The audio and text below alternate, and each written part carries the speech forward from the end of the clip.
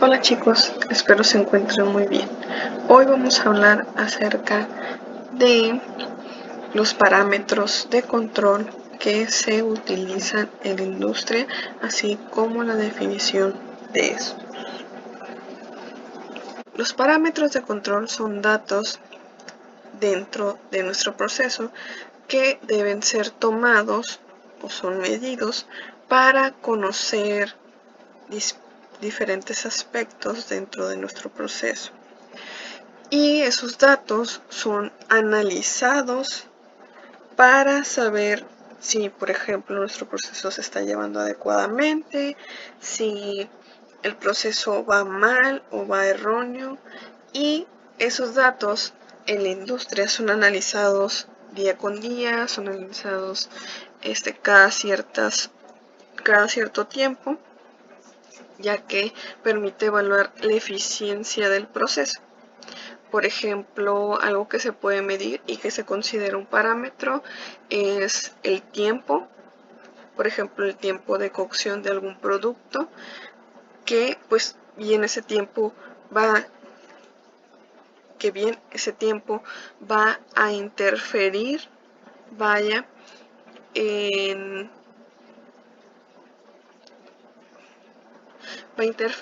por ejemplo, en la exposición a la cocción que les mencionaba. Por ejemplo, si lo sometemos por un tiempo muy prolongado a esta cocción, pues el agua que se encuentra en el alimento se va a evaporar. Y pues vamos a tener a lo mejor un producto más viscoso, o a lo mejor si el tiempo de exposición es menos, pues tenemos un producto más hidratado. Entonces, estos parámetros nos sirven para saber la situación actual de nuestro proceso. Y por ejemplo, a lo mejor nosotros queremos obtener cierta cantidad de azúcares que bien van a interferir en el sabor de nuestro producto y también en la conservación. Entonces, si nosotros queremos cierta cantidad de azúcares, pues debo de medirlas. Y si está bien o está dentro del rango o de la medición que yo quiero, por ejemplo, 25% de azúcares. Si mi proceso tiene esos por ejemplo, 25% de azúcares. Si mi producto tiene ese 25% de azúcares y yo estoy pidiendo que tenga 25, o yo estoy solicitando, o sabemos que el proceso tiene esa cantidad de azúcares, pues mi producto va bien. Pero si mi producto tiene menos cantidad o menos porcentaje de azúcares o tiene más, tengo que verificar, tengo que corregir algo en esa etapa. A lo mejor agrego más azúcar o quito más azúcar, o a lo mejor medir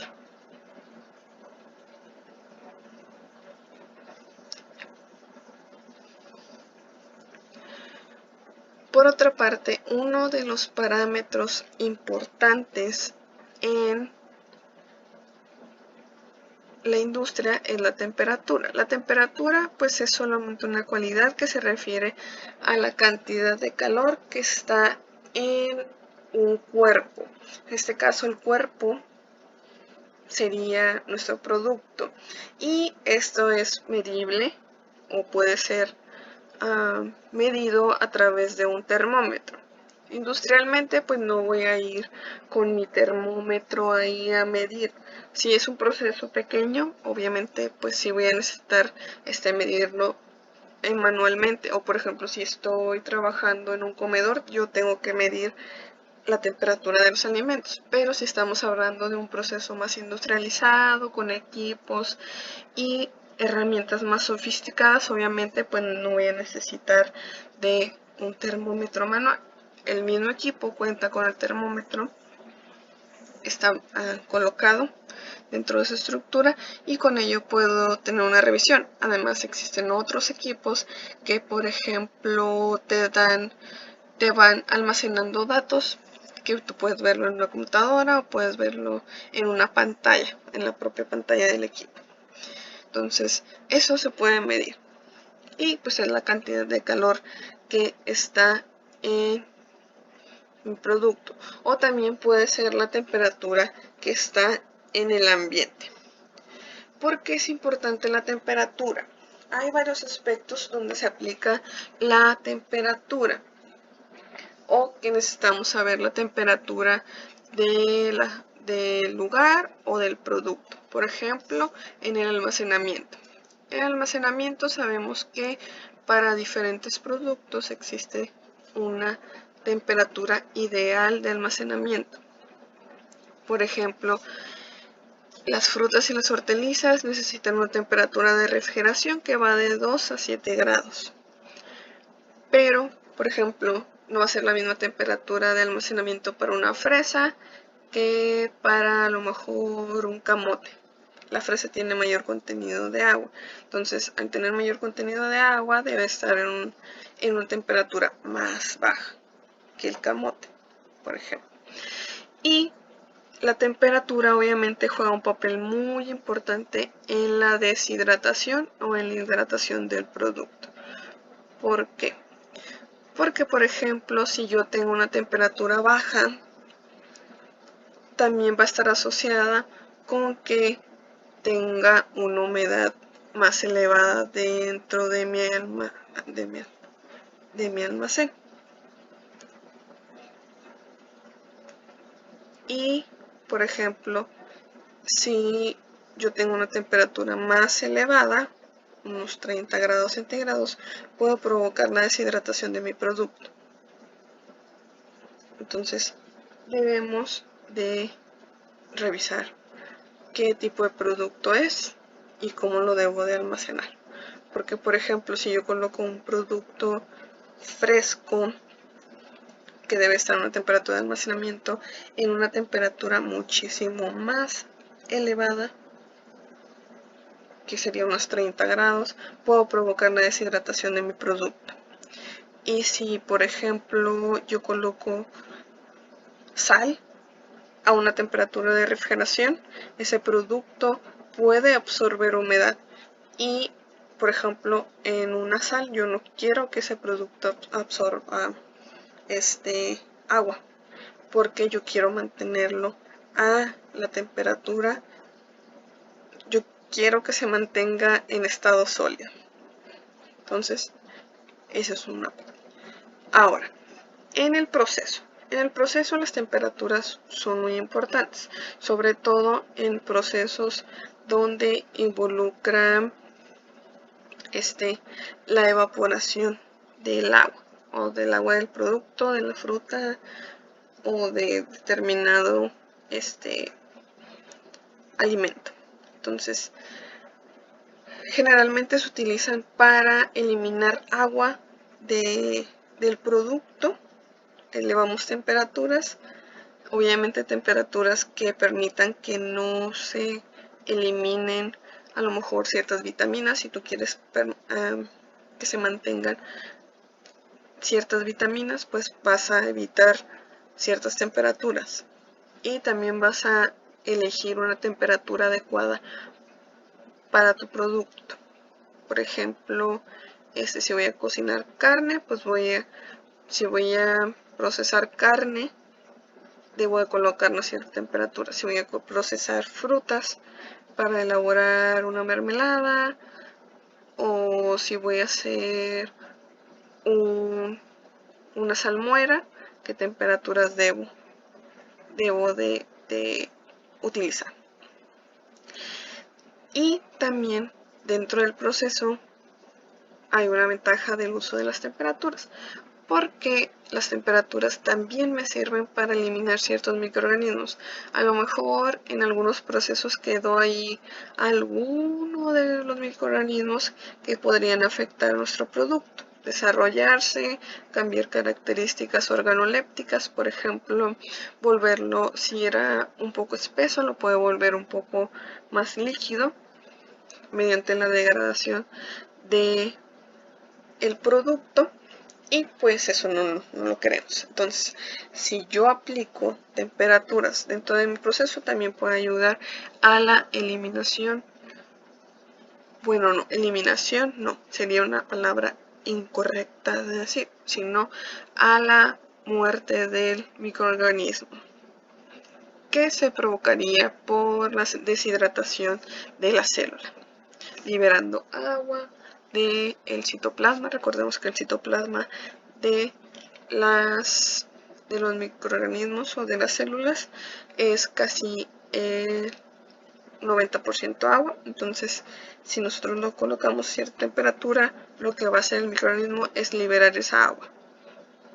Y por varias razones la célula se va a deshidratar y no va a poder tener, por ejemplo, recordemos también que el citoplasma sirve para transportar nutrientes o ciertas moléculas de organelo a organelo, entonces va a perder esa capacidad y por ende va a morir porque no va a cumplir con sus funciones metabólicas. Por otro lado tenemos el pH. El pH sabemos que significa potencial hidrógeno porque hace referencia a cierta cantidad de compuestos que contienen hidrógeno. Entonces nos permite medir mediante una escala si ese producto es alcalino o es ácido, o si esa solución o disolución es alcalina o ácida. El pH, como les mencionaba, es una escala solamente. Me dice si, yo lo mido con mi equipo, que es el potenciómetro, y me va a decir, tiene pH de 6.5. Entonces, mediante esta tabla yo establezco si mi pH es ácido o es alcalino. ¿Okay? O si es neutro. Recordemos que el pH neutro se encuentra en el 7, a partir del 6 hacia abajo es ácido y a partir del 8 al 14 es alcalino o básico. Entonces, al medir yo mi pH, determino, tiene 11 de pH, entonces es alcalino. Y ya determino yo si ese pH me va a servir, si no me va a servir, qué hay que hacer para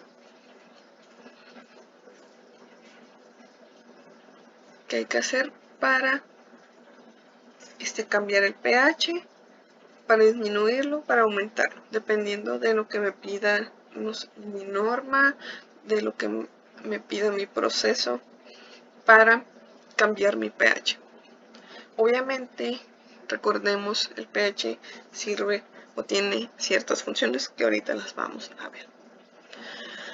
Ahora, el pH, mencionamos que teníamos uno neutro, que es a los 7, ácido es hacia arriba y alcalino,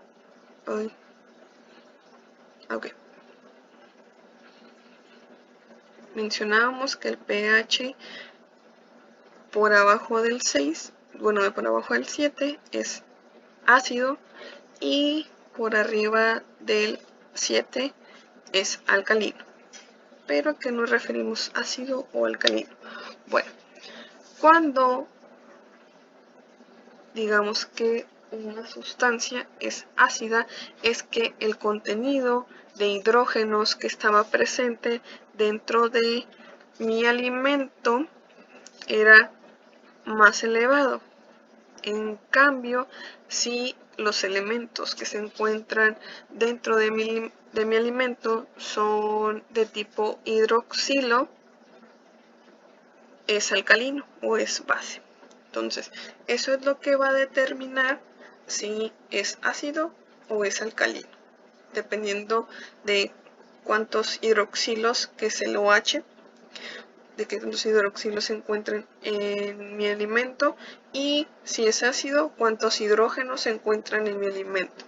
Obviamente hay muchas sustancias que permiten o que una sustancia sea ácida o sea alcalina. Por ejemplo, en la parte ácida, pues hay muchísimos ácidos orgánicos que permiten esa característica, como el ácido málico, el ácido fórmico, etc.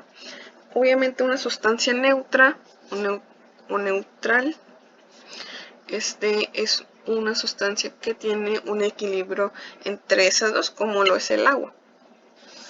Tiene tanto hidrógenos como un hidroxilo. Recordemos que el agua tiene 2 hidrógenos y un oxígeno, entonces mantiene el equilibrio, por eso el agua es neutra.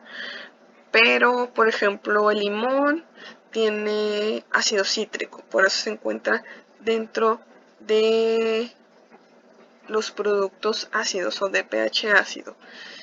Y, por ejemplo, la manzana tiene ácido málico. Algunos quesos tienen ácido láctico. Todos los cítricos van a contener ácido cítrico. Y pues hay muchísimos productos, por ejemplo, que agregan ácidos como aditivos. Por ejemplo, en la Coca-Cola es muy utilizado este tipo de productos para mantenerlo por la gran cantidad de azúcar que tiene ese producto. Entonces deben de agregar esos aditivos para que el pH se mantenga en bajo para que el producto se conserve. Y por ejemplo también en esta escala de los ácidos se encuentra el vinagre, que en realidad es ácido acético. Y del lado de los productos alcalinos pues encontramos la lechuga, el kiwi, la papaya, espárragos, que si bien al probarlos detectamos que su sabor no es tan ácido, obviamente porque la cantidad de ácidos que tiene ese producto es muy mínima, y también porque pues están en su mayoría los grupos hidroxilo que permiten esta característica, que están dispersos en algunas sustancias como carbohidratos, proteínas, etc. Ahora, ¿por qué el pH es tan bueno? ¿Por qué en la industria lo utilizan mucho? O se mide como un parámetro en los procesos. Como les decía, en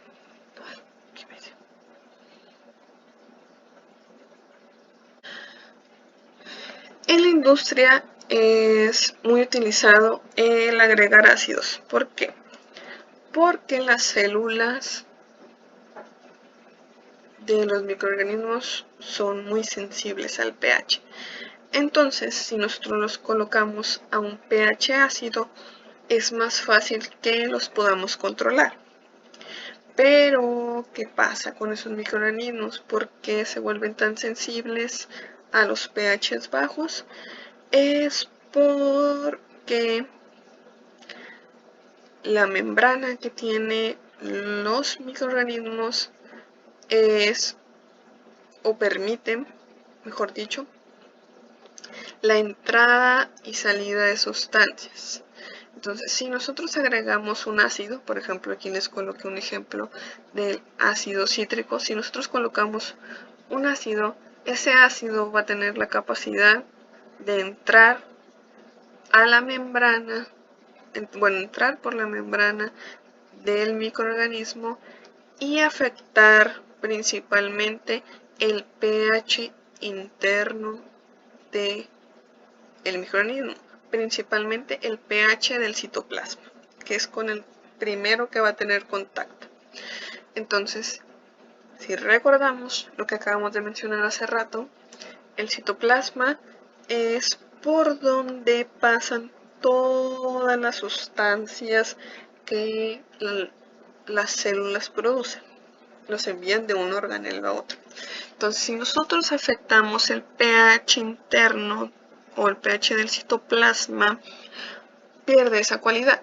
No va a poder transportar ciertas proteínas. Aparte, ese ácido puede lograr destruir o separar en pequeñas secciones a esa proteína, entonces ya no va a tener la misma función. Entonces, daña de esa forma el microorganismo y como no puede lograr su metabolismo para producir energía, para sobrevivir, entonces el microorganismo muere. Y al morir, pues ya no tenemos problema. Algo importante también es que afecta la permeabilidad de la célula. Entonces, al entrar, como cambia el pH, también puede ayudar a que la célula libere agua. Entonces puede producir la deshidratación, en grandes cantidades puede producir la deshidratación de la célula, eliminar agua del citoplasma, o puede causar el efecto que les acabo de mencionar, de cambiar el pH y volver básicamente inútil esa parte de la célula y por ende provocar cambios que van a afectar. Es como si nosotros comiéramos algo y nos hiciera daño y por eso ya no podamos comer más. O es como si nosotros comiéramos un alimento y por ese alimento ya no pudiéramos consumir más alimento. Entonces nuestra energía disminuiría y si en un largo tiempo no logramos consumir energía, podemos morir y también antes de morir va a afectar ciertos órganos. Entonces eso es lo que le pasa a la célula. Se puede deshidratar, cambia el pH interno del citoplasma, puede desnaturalizar proteínas esenciales. Por ejemplo, recordemos que el núcleo envía mensajes a través de proteínas y también puede naturalizar otros elementos como carbohidratos que pues son esenciales para el microorganismo, sobre todo porque los carbohidratos son su principal alimento. Entonces, si no los consume como la molécula que debería de consumir, o por ejemplo si la proteína lleva un mensaje en específico, pues ese mensaje ya no va a poder llegar a la célula y por ende pues ya no va a poder lograr su función metabólica.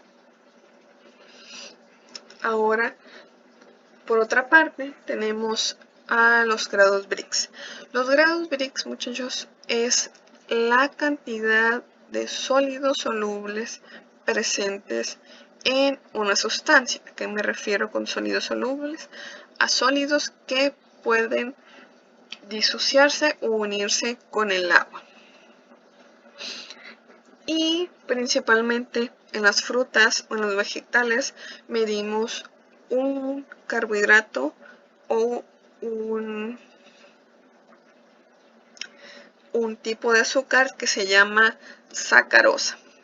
Entonces, esos grados Brix van a ser básicamente proporcionales a la sacarosa que se encuentra en mi producto. Obviamente hay muchísimos otros tipos de azúcares que se pueden encontrar en el producto, pero como es el de mayor porcentaje dentro de las frutas, es por ello que se toma en cuenta como si el contenido de grados Brix fuera proporcional a la sacarosa. Entonces, esos grados Brix son representación de los sólidos solubles, que el principal sólido soluble que tenemos en las frutas es la sacarosa. Que la sacarosa está formada por dos moléculas, que son la glucosa y la fructosa. Entonces, con esa sacarosa medimos también el contenido de esas moléculas. Y los grados Brix se pueden representar como se menciona aquí del lado izquierdo, como el circulito que menciona grados Brix, o pueden escribirlo como literalmente así, grados Brix, pero es más utilizado de la forma simplificada. También estos grados Brix siempre son proporcionales a un porcentaje. Por ejemplo, si nosotros mencionamos que, o en mi medición que yo realicé, dice que tengo 25 grados Brix, es igual a que tuviera 25% de azúcares en mi producto, que ese 25% de azúcares sería en representación a mi 100%. Por ejemplo, 25% sería de azúcares nada más y el otro 75% sería de otros compuestos o elementos o otras sustancias, a lo mejor proteínas, a lo mejor fibras, grasas y otros componentes, a lo mejor algún ácido orgánico, etc. Para la medición de los grados Brix se utiliza un equipo que se llama refractómetro. El refractómetro es justo como en la imagen y, por ejemplo, en el lado azul, en esta parte azul, hay un tipo de vidrio que permite que la luz pase. Entonces, dentro de ese vidrio o de esa parte del refractómetro se encuentra un prisma de luz, el cual nos sirve para saber cuánta luz pudo pasar a través de mi muestra. Entonces, si el contenido de azúcares es muy bajo, se va a permitir un paso mayor de luz mediante mi refractómetro. Pero si hay mayor contenido de grados Brix, el paso de la luz va a ser muy delimitado. ¿Por qué? Porque esos cristales o esos azúcares van a bloquear la luz. Entonces lo que hace ese prisma de luz es atrapar la porción de luz que dejan pasar esas sustancias y con ello decir, ok, pasó tanta cantidad de luz, entonces esa cantidad de luz es proporcional a tanta concentración de azúcares. Ahora, para lograr la medición de los grados Brix o para llegar a ese procedimiento, necesitamos primero calibrar nuestro equipo. Si nosotros no calibramos nuestro equipo, podemos tener resultados erróneos. ¿A qué me refiero a erróneos? A que a lo mejor si yo tengo 25 grados Brix y mi refractómetro no está calibrado, puede que me diga que tengo 30 o que tengo 10 grados Brix. Entonces necesito calibrarlo. ¿Cómo lo calibro? Coloco agua, una solución libre de sacarosa o de azúcares, y reviso a través de mi ocular que se encuentra en la parte posterior de mi equipo y reviso que esté en cero. Si no está en cero, es que mi equipo no está calibrado. Entonces debo de ajustar a través de un tornillo que tiene detrás de donde colocamos la muestra, y ese tornillito lo tengo que mover para lograr calibrarlo. Posteriormente, con una pipeta Pasteur o con una palita voy a tomar una pequeña porción de mi muestra y la voy a colocar en mi refractómetro en esta parte, en la parte donde va la muestra, que es en la parte donde se encuentra este vidriecito azul. Ahí va la muestra y utilizamos la pequeña tapa que está en la parte trasera. Entonces nos direccionamos hacia la luz y vemos por el ocular, que se encuentra en la parte trasera, en la parte negra. Nos colocamos hacia la luz y ahí es cuando vamos a poder observar los resultados, que los resultados se leen a través de esta gráfica. Por ejemplo, los resultados, el resultado se va a reflejar como la marca o donde queda la marca de línea azul. Por ejemplo, el de la imagen, la línea queda en 45 grados Brix. Entonces, podemos decir que tenemos 45% de azúcares en ese producto.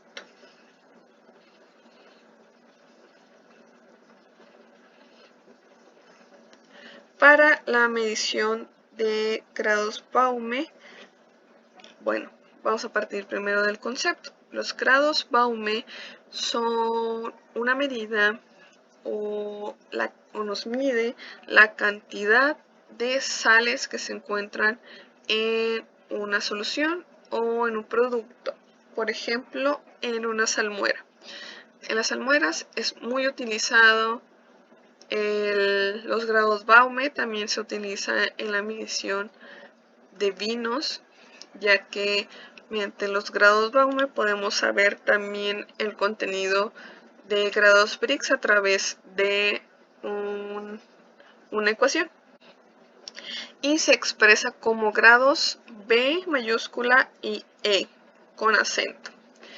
Entonces nos puede medir, por ejemplo, el contenido de cloruro de sodio, que es la sal de mesa que nosotros consumimos día con día, de nuestra salmuera. Una salmuera es una solución salina preparada para colocar ciertos productos alimenticios que los utilizamos como conserva. Por ejemplo, podemos ver productos en salmuera como chícharos, verduras, que están en una solución salada, vaya. Entonces, a esos los tenemos que medir con un refractómetro y es la misma técnica que para grados Brix. Limpiamos nuestro prisma, nuestra área de muestra, calibramos, colocamos la muestra y medimos. Y utiliza el mismo método del prisma de luz. Ahora, otro aspecto importante dentro de un proceso es el tiempo, que de hecho ya habíamos mencionado un poquito en la introducción de este tema. El tiempo, pues, es la duración de algún proceso o de algún producto que se mide en horas, minutos, segundos. Es más común que un proceso se mide en horas porque es más fácil y nuestras unidades son un poquito más pequeñas. Sobre todo por el factor de conversión, las unidades, es más fácil manejar unidades pequeñas. Por ejemplo, la masa casi siempre lo utilizan en kilogramos o en toneladas, dependiendo de la producción que utilicen. Entonces, en tiempo se utilizan las horas para saber cuánto producto se produce por hora o cuánto tiempo se invierte en un proceso. Entonces, el tiempo es fundamental en un proceso de producción porque así vamos a conocer cuánto dura cada proceso, a lo mejor si hay alguna demora en alguna etapa, qué puedo hacer para mejorarla, qué puedo cambiar para que a lo mejor invierta un poco menos de tiempo, que sabemos en la industria tiempo es dinero. Entonces, si nosotros invertimos menos tiempo, pero nuestro producto está quedando con las características que nosotros queremos, pues tenemos un ahorro de dinero. Y sobre todo también va a estar retribuido en el costo de mi producto, porque si la empresa invierte más tiempo en ese producto, pues obviamente en el precio también va a estar reflejado, porque gasto de luz, gastos de desgaste de la maquinaria, etcétera, etcétera, van a estar asociados a mi costo. Entonces lo voy a tener que agregar a mi costo. Entonces, si reducimos tiempos, también pues vamos a invertir menos tiempo, ¿verdad?, en nuestro proceso. Y también tiene que ver, por ejemplo, en procesos que involucren también temperatura. ¿Por qué? Porque a mayor tiempo de exposición de un producto a cierta temperatura, de 25 para arriba, puede producir la deshidratación de mi producto. Y si yo no quiero que se produzca una deshidratación, o por lo menos no muy elevada, debo de conocer el tiempo al cual lo debo aplicar. Por ejemplo, una mermelada. Una mermelada, si yo dejo mi producto por mucho tiempo, puedo obtener un producto muy espeso, que a lo mejor pueda parecer hasta como un ate con textura muy dura, o como un dulce que al final no me va a servir. Entonces debo de verificar cuánto tiempo debo de invertir en mi proceso de evaporación para tener la medida exacta del tiempo que voy a invertir en ese proceso y el tiempo que va a estar expuesto mi producto para conseguir la evaporación ideal, para que mi producto tenga la consistencia que yo quiero y sobre todo que el producto no se queme como comúnmente lo conocemos, o que cambie de color. Por ejemplo, si mi mermelada era de fresa y sobrepaso el tiempo que tenía que exponerla a la temperatura, puedo tener un color marrón que al final pues no va a ser favorable para mi producto. ¿Por qué? Porque el consumidor asocia los colores a ciertos productos. Y por ejemplo, si observan que la mermelada tiene un color café y no rojo como comúnmente la conocemos, pues va a decir, ok, ese producto está mal elaborado. Entonces debemos de revisar perfectamente los tiempos que vamos a invertir en nuestro proceso para no solo evitar cambios bruscos en mi producto que puedan afectarlo, sino también a manera de inversión, a manera de el costo que va a requerir o que llegue a reflejarse por el tiempo que voy a invertir para ese proceso. O por ejemplo, lo que les mencionaba en el almacenamiento. Si yo voy a almacenar mi producto por muchísimo tiempo, pues también va a ser reflejo de costos de mantenimiento, costos de luz, costos de agua, que al final yo los debo de agregar a mi producto.